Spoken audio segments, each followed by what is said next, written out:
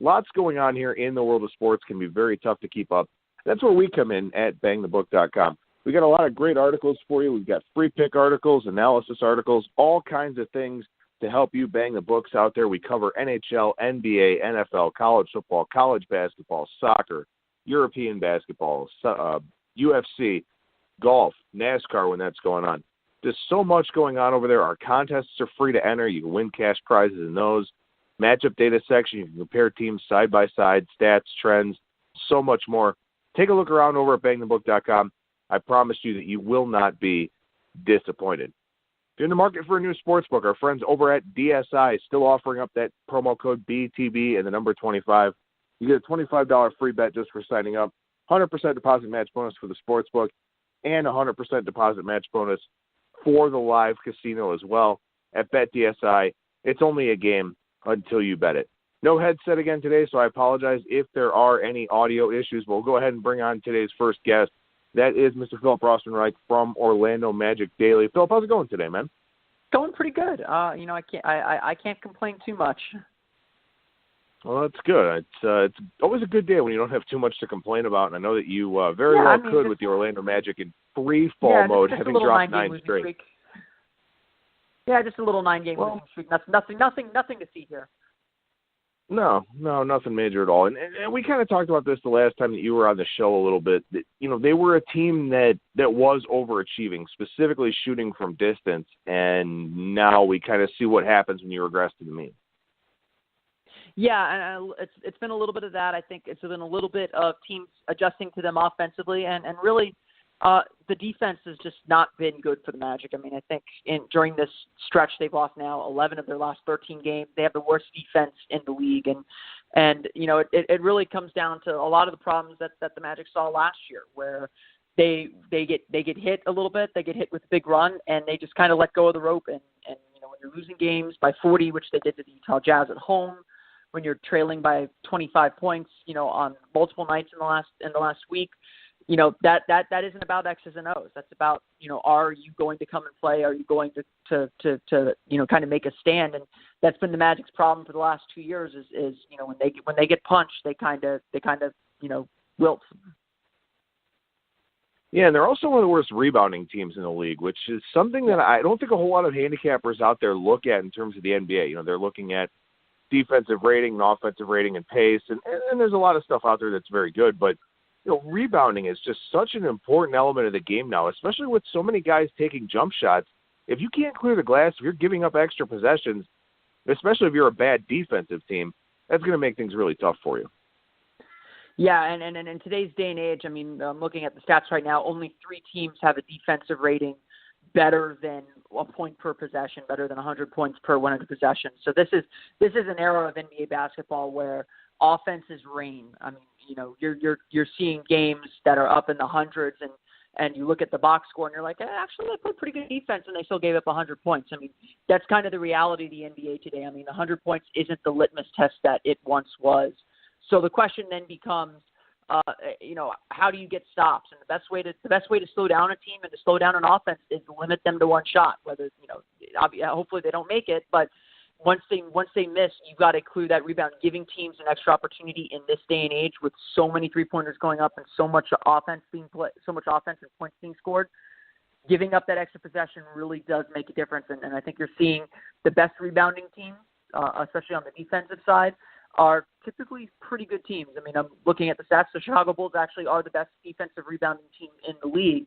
So, maybe that's not a great example, but most of the teams at the top of that list are winning teams and teams that will be contending for the rest of the season. Yeah, I mean, the Bulls are the obvious outlier because they're also far and away the worst offensive team in the NBA. So, yes. There is some give and take there, but it is about consistency in the NBA. And let's talk about that for a second, that, as you mentioned, in this era, teams are giving up tons of points. Everyone wants to run. Everyone's taking a lot of jump shots. We see teams like Golden State, like Houston, like the Cavs. It's not a coincidence that these teams push the pace. I mean, they obviously have the horses to do it with the roster constructions that they have, but everything is cyclical usually. We kind of have these periods, in the NFL where it's all about quarterbacks. Maybe we start to get back to a running game here sometime soon. In college, it's all about the option quarterback. Now it's about some of those guys that can sling it around the field a little bit. What do you think we see in the NBA here over the next 3 to 5 years? Do you think that we just get teams playing faster and faster and faster, or do we maybe get a little bit more of a focus on defense? Well, I think eventually defenses will adjust, and at a certain point there is very little a defense can do.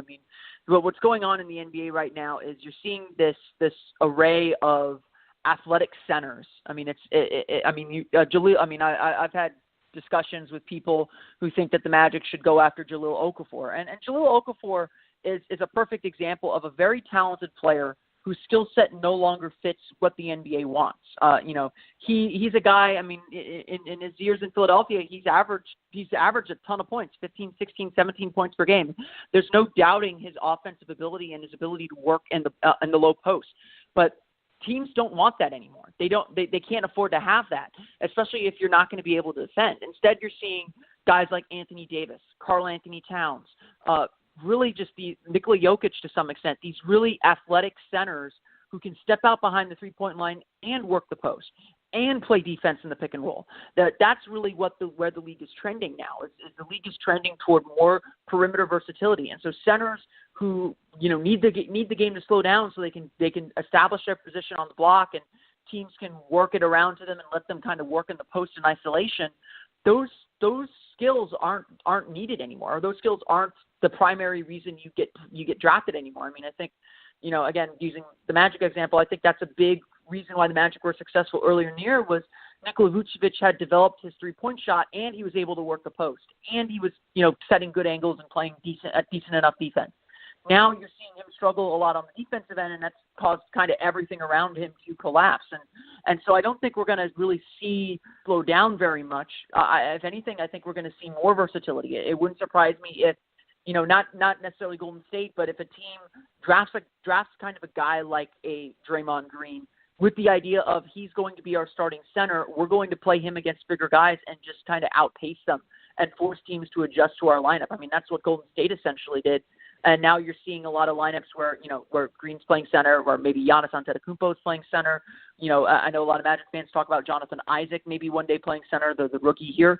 The ideas for different versatile lineups is changing completely, and that's really, I think, the direction that the league's going to go in next is the idea of you need to have a 7-foot back-to-the-basket center is dead.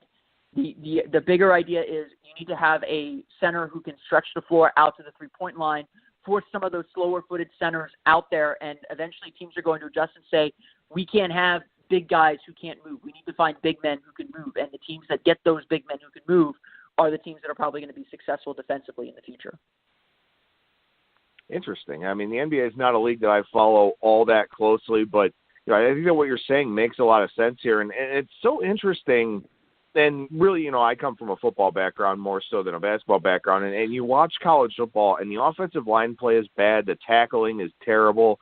You don't have a lot of wide receivers that create separation because the ways that the playbooks are designed, it's about getting guys in space. You create separation with pick plays and all that type of stuff. And that transitions over to the NFL, where the NFL right now is not a great product. You've got a lot of bad quarterbacks. You've got bad offensive line play. You have the star wide receivers, but then you got a lot of guys that are just replaceable commodities. And then you look at the college basketball game, and you sort of look at how that transitions over to the NBA. I think it's just fascinating to talk about that feeder system, and obviously there's the guys or the G League, whatever the hell it's called now, to help guys develop a little bit into the NBA. You don't get that in college football, but of course they have to stay a little bit longer. So that's one of the most interesting things for me is to look at college athletics as a feeder system to the pros and sort of ascertain where the pro leagues are going. Yeah, I think what's interesting is the NBA really took the lead on this because, I think unlike the NFL, I think the big difference between the NFL and the NBA is the NBA gets its players from several different sources. Yes, the majority of them come from college, but they'll go to Europe and get a lot of players. There's whole other leagues being played overseas, and they get young players from there. The coaches watch those games. They watch the Olympics. They watch the FIBA tournaments, and they get ideas on how to play. The San Antonio Spurs and to some extent the system that the Golden State Warriors run is very similar to systems that were being run in FIBA basketball and in international basketball that really began to incorporate player movement and ball movement a lot more, rather than kind of in the early 90s when there was a lot of or in the late 90s, early 2000s when there was a lot of isolation play dominating the league.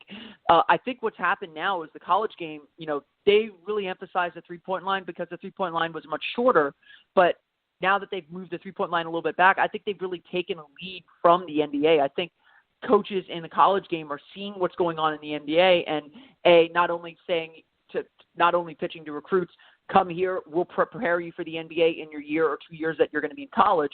But they're also seeing that this is a successful way to play. You can win playing this style. I mean, I'm a Florida Gator fan, and I watched Florida over at the PK80 tournament this week.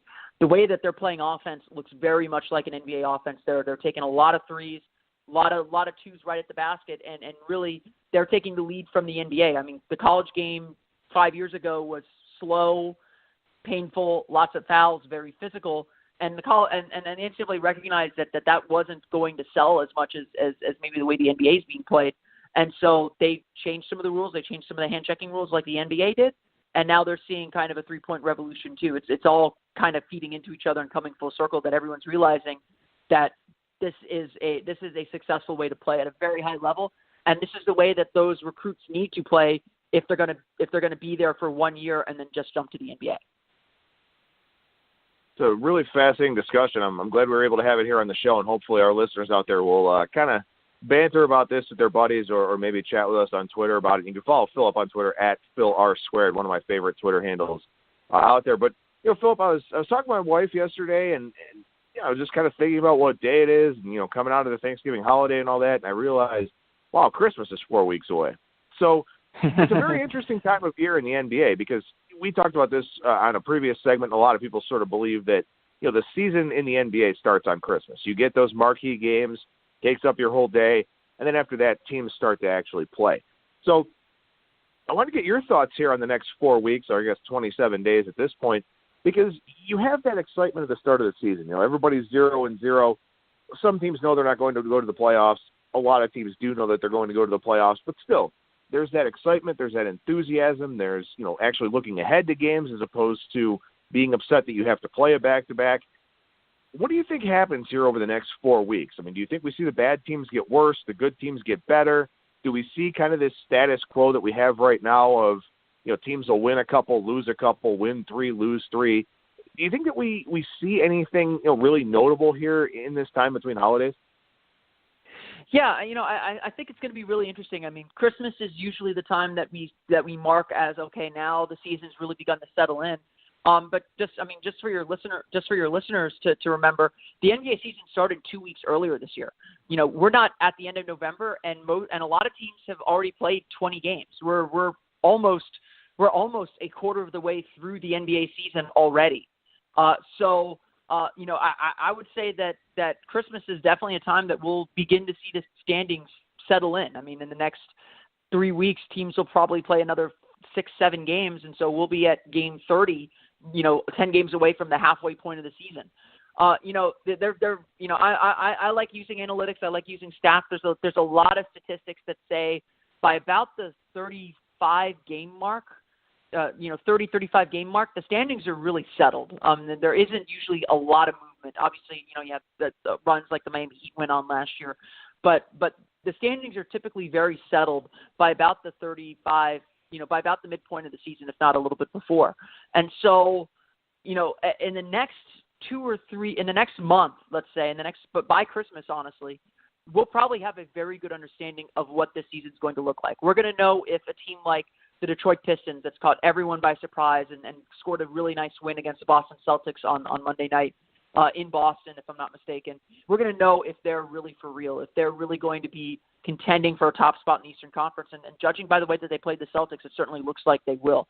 The Cleveland Cavaliers have started to get themselves back into shape. They're looking more and more like the team that we all know that they can be, burning off a couple wins, and they're starting to set their pace and get themselves back into the race. We're seeing, I think this is the point of the year where we start to see the teams that are good, begin to rise, and the teams that are bad start to fall down to their knees. It doesn't mean that there won't be those ups and downs. The 500 teams will go through losing streaks and winning streaks because they're 500 teams.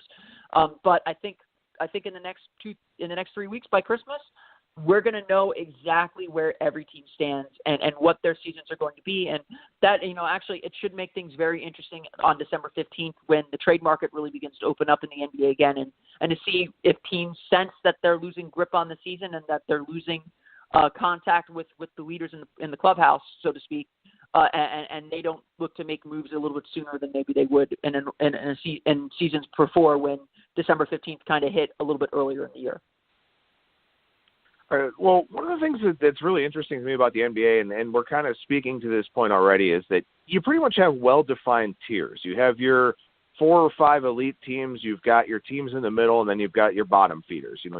I guess you could throw a 4th tier in there in terms of the teams that are hovering around 500 right there at the cut line for the playoffs. But it's very clear. It's very tiered in the NBA when it comes to the standings.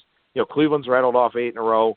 They're going to move themselves into second place in the East, and it's going to be everything we expect. It's going to be Boston and then Cleveland. A lot of us probably expected Boston to be ahead of Cleveland because, as we saw with Cleveland early on in the year, they know when they have to win.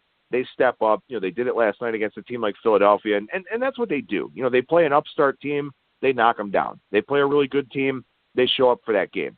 They play somebody they don't care about, they're probably not going to cover a big number, and they may not even win the game. That's just what we've come to expect from Cleveland. Houston, Golden State, San Antonio, the top 3 in the West, not a big surprise there. But the group that I want to focus in on here today, Philip, is that 4, 5, 6 area, or at least, maybe the 5, 6, 7 area, as it were, in the Western Conference. But let's talk about the Toronto Raptors for a second here. Toronto 12-7, they're 4th in the conference right now, 7-3 over their last 10, playing some pretty good basketball overall. And this is a team that has played some pretty good basketball over the last several years.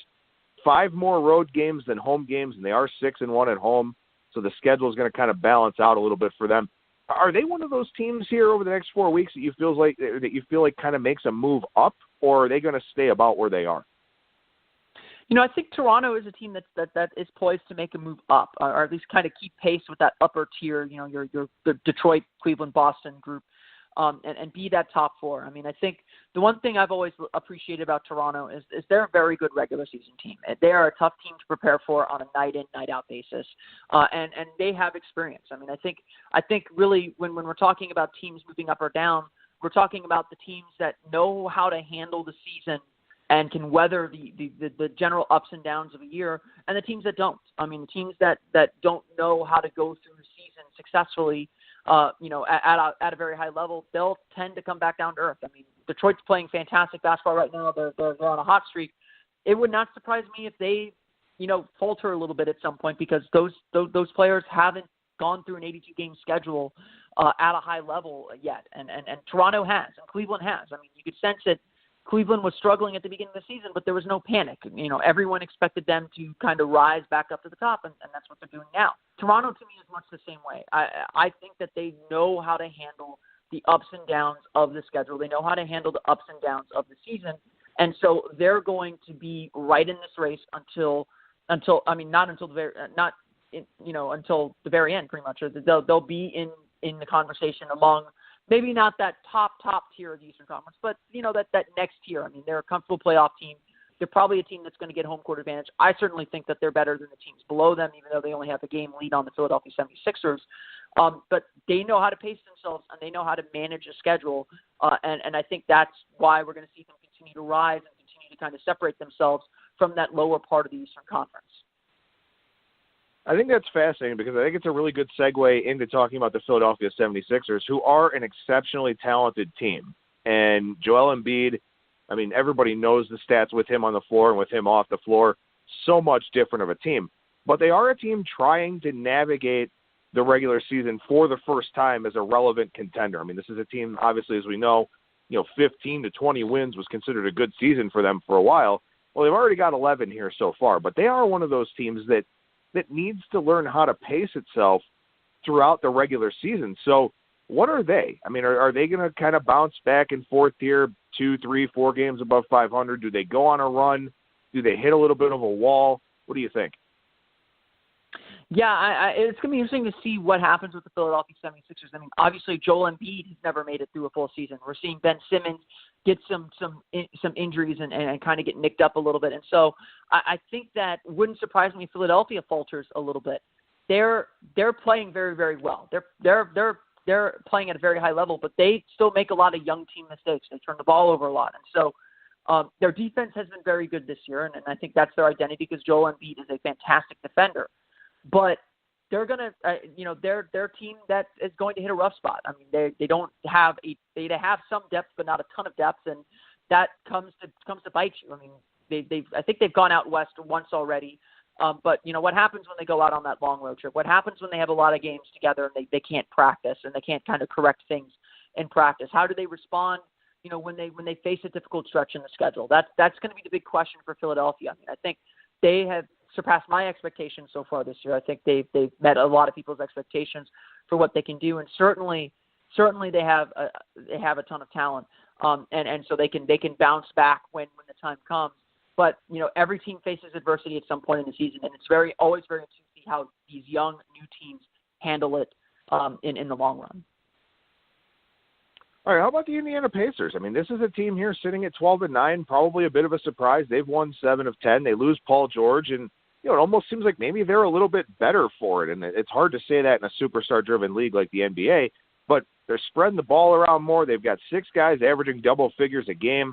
Victor Oladipo's finally, come into his own a little bit as a scorer and as the focal point of this offense. Can Indiana sustain this, or is this a team that's just subject to a little bit of small sample size variance on the positive side? Well, I mean, we're quarter through the season here. I mean, I don't think we can call this a small sample size anymore. I think we have to take what we've seen as almost gospel, just to some extent, and say, a lot of these teams are becoming who they are. Now, obviously, things can change. I mean, I follow the Magic, so I'll use a Magic example. Last year at the quarter mark of the season, the Magic were a top 5 defensive team. They are not that. They ended up in the 20s, actually, because their defense just completely collapsed. So there is still plenty of room for error, plenty of room for teams to completely turn around. But when you watch the Pacers, they have, it feels like they have a really sustainable style. So long as Victor Oladipo is continuing to make shots at the rate, not necessarily at the rate he's making shots, but make shots at a high rate like he has been lately, they will have every chance to continue this style of play, continue this run that they're on, and give themselves a chance to win a lot of games. I mean, I think a lot of people were surprised that Indiana was going to be this good, and I thought Indiana would be better than people expected, but Oladipo taking that step that everyone's been waiting for him to take for several years now, for seeming 3 years now, it's such a huge step for him and such a huge step for that Pacers team. It makes them a legitimate playoff contender. They play a fun style. They get up and down the court very quickly. They're hitting threes right now, and so Indiana's just on a tear. I mean, again, it wouldn't surprise me if they falter a little bit, if they hit a rough patch. But right now, I think we got to take what they're doing as this is who this team is. I mean, it's been nearly a quarter of the season for a lot of these teams, and Indiana does not seem like it's going to go away. Well, that's what I was going to ask you. You mentioned the Magic having a top 5 defense for a quarter of the year. The Pacers have a top 6 offense right now. If you sort by offensive rating, they're 6th right now. So that you think that is a sustainable trend for them? I wouldn't surprise me if they slow down a little bit. They are shooting the ball extremely well, but honestly, Miles Turner isn't giving them as much as I think they thought they would give him. I think that there is the potential for them to kind of keep up at that pace. So let's say Victor Oladipo slows down. That's when Miles Turner can pick up the slack a little bit and kind of begin to develop himself just a little bit more. I think that the Pacers, what concerns me about the Pacers most is their lack of depth. They have Lance Stevenson coming off the bench, and he's been great. Corey Joseph has been okay coming off the bench, but they go eight men deep, nine men deep, and that's nice for the playoffs, and I'm sure that will make them a more dangerous team come the playoffs. But you usually don't start tightening rotations to eight men or even 9 men sometimes until much later in the season. The fact that Indiana is still kind of relying heavily on so few people, eventually that hits your legs. Eventually, NBA teams like to say the season is a marathon, not a sprint. And if you have to go with so few people and rely so heavily on your starters for minutes, eventually there's going to be a part in the season where their legs just kind of go out from under them. So, that part worries me about Indiana, and that's probably why I'm a little bit skeptical that they'll be able to maintain this pace. But I don't think that their say middle or their average is much lower. One more team in the East I actually want to touch on. I didn't mention this in the notes, but as I'm looking here and as we're kind of talking about some of these thoughts and some of these philosophies here, the Washington Wizards, they are one of those teams like the Raptors, like the Cavaliers, that knows how to go through the grind of the NBA season. They've obviously got an elite level player in John Wall when he's healthy. What about the Wizards? I mean, what does this team do here over the next few weeks? I know they've had some injury issues and some concerns in that department, but is this a team that understands, what these next 4 weeks mean with that race to Christmas when the season actually starts? Are they a bye team? I think that they're a team that you kind of you keep an eye on them, you hold off on them. How they play the next few weeks without John Wall is going to kind of set what they need to do the rest of the season. Whether they can climb back into that upper echelon of the Eastern Conference that everyone expected that they could be in is going to be largely dependent on whether they can hold the boat steady in the next few weeks with John Wall out. Once they get Wall back and once they get him back in rhythm, that's when I expect that they'll make their big run. So maybe early January. In January, definitely check back in on the Wizards.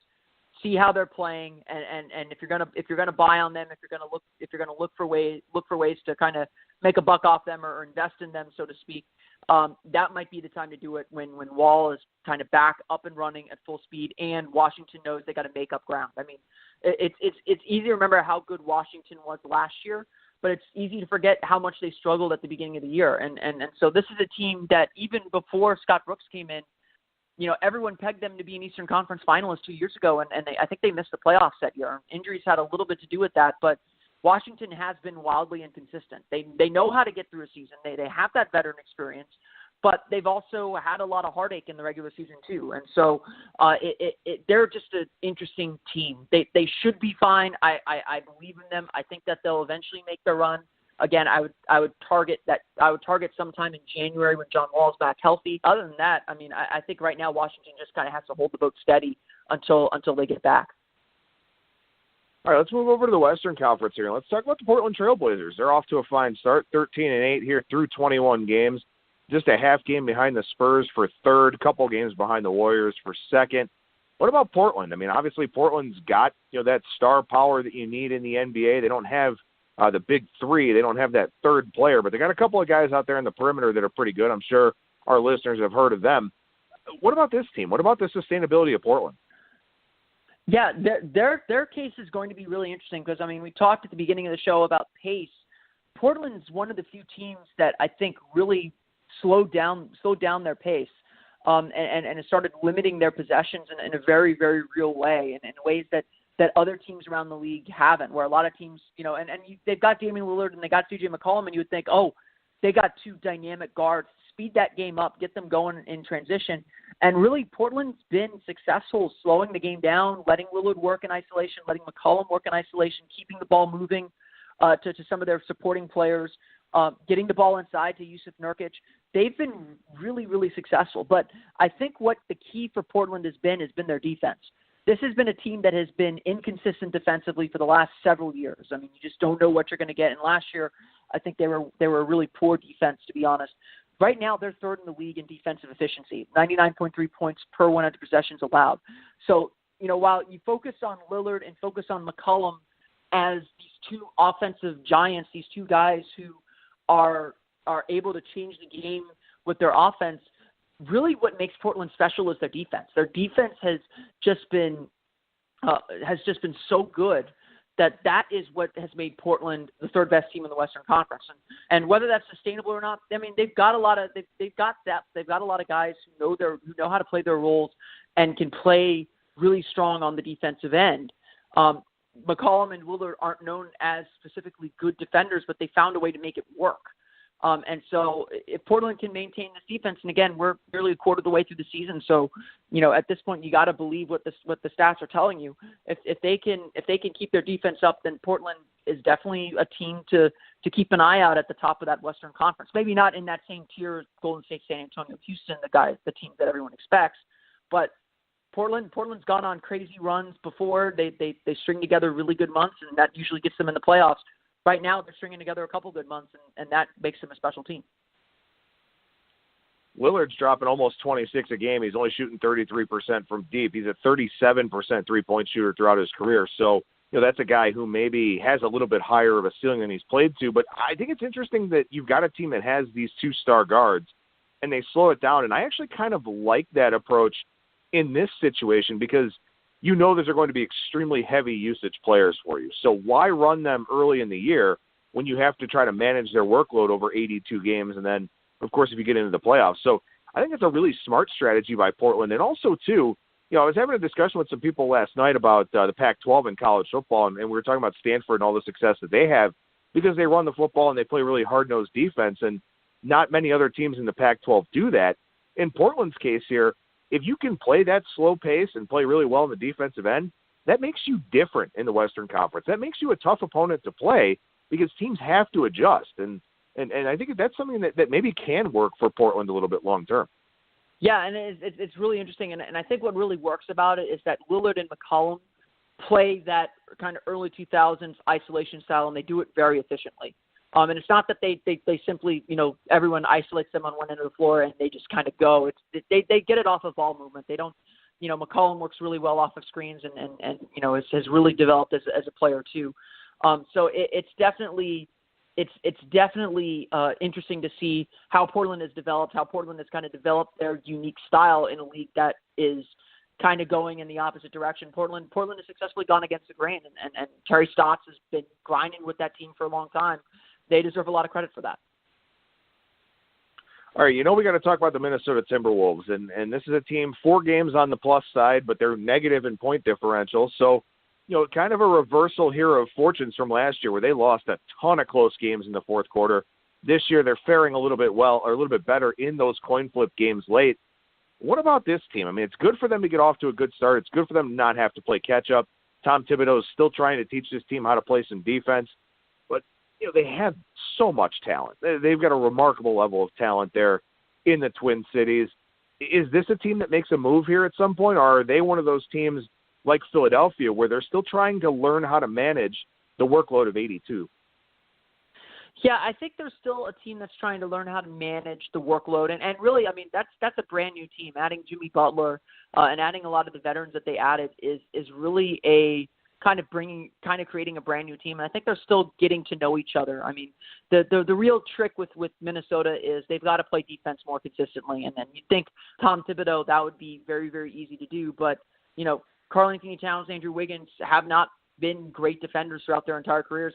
And so there's a lot of cohesion that needs to come. And I think Minnesota knows what they are. They know they've got some time. I don't think they feel rushed or pressured to make this year the year. Really what Minnesota has to do, I mean, they're fifth in the West. They haven't been in the playoffs in more than a decade. Getting into the playoffs, getting that experience, I think is really the goal this year. And then they can begin to grow and take their next steps from there, get that taste, get that understanding of what it takes to win, and then continue to develop and grow. I think Minnesota realizes this is a multi-year project, and it's not like they're playing poorly. I mean, they've had their ups and downs this year. They've dropped some games that maybe they shouldn't, but they got to learn those lessons. And I think if they panic too much, if they try and push all their eggs into one basket, they've kind of already done that by acquiring Jimmy Butler, but they seem to know what they can do.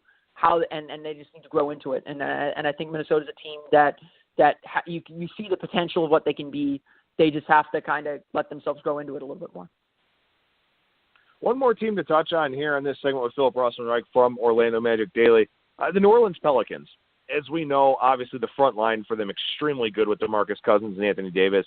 Beyond that, they've got some decent guard play, but it seems to me like this is a team that's just destined to kind of bob around 500 for whatever reason. It just feels like this is a team that hasn't been able to take that big step in any of the years really since the move. So, what do you think New Orleans does here over the next few weeks? Are they a buy team? Are they a sell team? What do you think?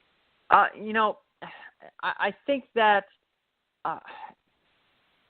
I think New Orleans is in a really interesting spot. I haven't gotten a chance to watch them play a ton, but Anthony Davis and DeMarcus Cousins seem to work really, really well together. And obviously, when you have two of the most talented players in the league, you got to give them their respect, or you got to give them their due. And every team has to handle them. And the way they've been able to play defense this year, it's been okay. It's been, I think, better than people expected, although, they're not a top-flight defensive team. That they've found a way to make it work. Now, whether that's sustainable, I don't know. I mean, I think ultimately New Orleans is probably a 500 team, which for their talent level, maybe that's enough to make the playoffs. Maybe that's not. I mean, I'm not 100% sure. They're really interesting. It's a really interesting experiment to watch, to see those two players play together, because they can play off each other so well. But New Orleans is a team that I just kind of don't really have a feel for who they are or what they're going to do. They're talented. You gotta pay attention to them as an opponent. But I don't know how to predict which way they're going to go. I mean, I think certainly, they're a team that, as other teams kind of falter around them, they'll probably stay at about level. I mean, Denver's going to probably fall a little bit with their injuries issues. I think Utah's probably going to fall a little bit. New Orleans is just, if New Orleans can just kind of keep a level, and be a 500 team, that might be enough for them. Philip Rossman-Reich, who has bylines all over the place. I know Orlando Magic Daily's your baby, but you've got stuff all over the internet out there. Anything you've written recently that you want to point our listeners towards and tell them how they can get it? The best thing to do is to follow me on Twitter at PhilR2 or at OMagicDaily. Get the latest on the Orlando Magic. To kind of see how far this pit goes before we reach the bottom, and then hopefully see the Magic climb out. But you can also find me over at the Step Back, as well as if you're looking for some Big Ten talk, I write for Talking10.com. Well, Philip, always a pleasure, man. Thank you so much for joining me. Really appreciate it, and hopefully we'll talk to you again real soon. Absolutely. Thanks for having me on.